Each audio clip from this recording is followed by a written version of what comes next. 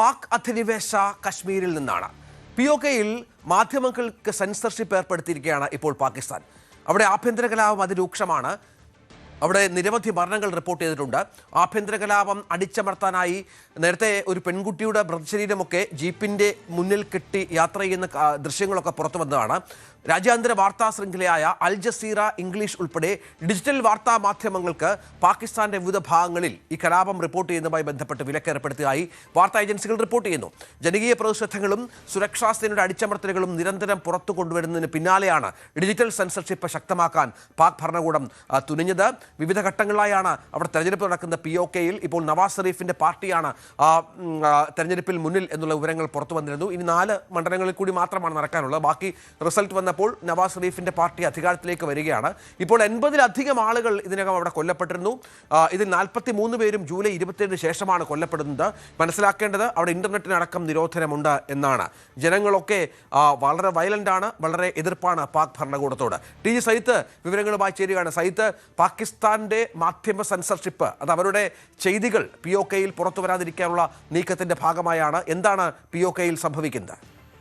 രഞ്ജിത്ത് സൂചിപ്പിച്ചതുപോലെയാണ് അസാധാരണമായ സാഹചര്യമാണ് പാകിസ്ഥാനിൽ ഉണ്ടാവുന്നത്. അൽ ജസീറ പോലെയുള്ള അന്താരാഷ്ട്ര മാധ്യമങ്ങൾക്ക് വിലക്ക് ഏർപ്പെടുന്നതിലൂടെ പാകിസ്ഥാൻ ഒരു പടി കടന്നുകൊണ്ടുള്ള മാധ്യമ വിലക്ക് ഉണ്ടാക്കുന്നു എന്നതാണ് സാഹചര്യം. അന്താരാഷ്ട്ര മാധ്യമങ്ങളായ അൽ ജസീറ അടക്കമുള്ള ചാനലുകളെ പാകിസ്ഥാൻ ഇതുവരെ അവരുടെ പക്ഷത്തിൻ്റെ ഭാഗമായി നിന്നുകൊണ്ട് അവരുടെ വാദങ്ങൾ അന്താരാഷ്ട്ര തലത്തിൽ അറിയിക്കുന്നതിന് വേണ്ടി ഉപയോഗിച്ചിരുന്ന മാധ്യമങ്ങളാണ്. പക്ഷേ അൽ ജസീറയുടെ ഇപ്പോഴത്തെ നിലപാടുകളടക്കമാണ് പാകിസ്ഥാൻ അവരെ ചൊടിപ്പിക്കുന്നത്. കാരണം സർക്കാർ വിരുദ്ധ വാർത്തകൾ ചെയ്യുന്നു, സർക്കാരിനെതിരെ നീക്കങ്ങൾ നടക്കുന്നു. ഇതൊക്കെയാണ് പ്രകോപനമുണ്ടാക്കുന്ന കാര്യങ്ങൾ. അതുകൊണ്ട് അൽ ജസീറ അടക്കമുള്ള മാധ്യമങ്ങൾക്ക് വിലക്ക് ഏർപ്പെടുത്തിക്കൊണ്ടുള്ള നീക്കമാണ്. ഇതിനു പുറമെ സമൂഹ മാധ്യമങ്ങൾക്കടക്കം മറ്റു വിലക്കുമുണ്ട്. 50 ദിവസത്തിലധികമായി ഇന്റർനെറ്റ് ലഭ്യമല്ല. നേരത്തെ അന്താരാഷ്ട്ര സംഘടനയായ ആംനസ്റ്റി ഇന്റർനാഷണൽ അടക്കം അവിടുത്തെ ഇന്റർനെറ്റ് വിലക്കടക്കം നീക്കണമെന്ന ആവശ്യം മുന്നോട്ട് വെച്ചിരുന്നു. പൂർണ്ണമായും ജനാധിപത്യ വിരുദ്ധമായ നീക്കങ്ങൾ പാകിസ്ഥാനിൽ നടക്കുന്നു എന്നത് അവിടുത്തെ ആഭ്യന്തരമായി ഉയർന്നുന്ന പ്രക്ഷോഭകാരികളുടെ വാക്കുകൾ മാത്രമല്ല, അന്താരാഷ്ട്ര സംഘടനകളടക്കം ഈ വിഷയത്തിൽ അത്തരം നിലപാടെടുത്തു കഴിഞ്ഞു. ഇതോടുകൂടിയാണ് ഒരുപക്ഷെ അന്താരാഷ്ട്ര തലത്തിലുള്ള അത്തരം വെല്ലുവിളി നടത്തിക്കൊണ്ട് പാകിസ്ഥാൻ ഇത്തരം ഒരു നീക്കത്തിലേക്ക് കടക്കുന്നതിൻ്റെ കാരണവും. അതുകൊണ്ട് ഇൻ്റർനെറ്റിന് വിലക്കിന് പുറമെ അന്താരാഷ്ട്ര മാധ്യമങ്ങൾക്ക് വിലക്ക്, ഇതിന് പുറമെ അവിടെ സമൂഹ മാധ്യമ അക്കൗണ്ടുകൾ ഉപയോഗിക്കുന്നതിനടക്കമുള്ള കടുത്ത നിയന്ത്രണങ്ങളാണ് പാകിസ്ഥാനിൽ കൊണ്ടുവരുന്നത്.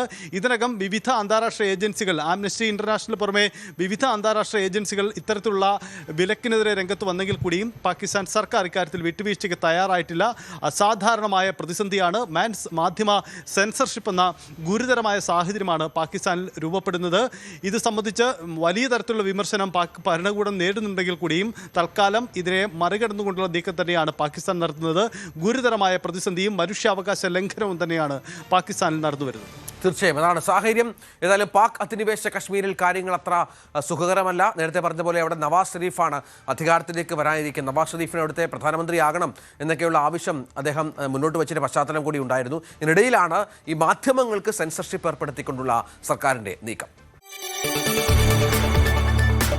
കൂടുതൽ വാർത്തകൾക്ക് News 18 Keralam YouTube channel subscribe ചെയ്യുക.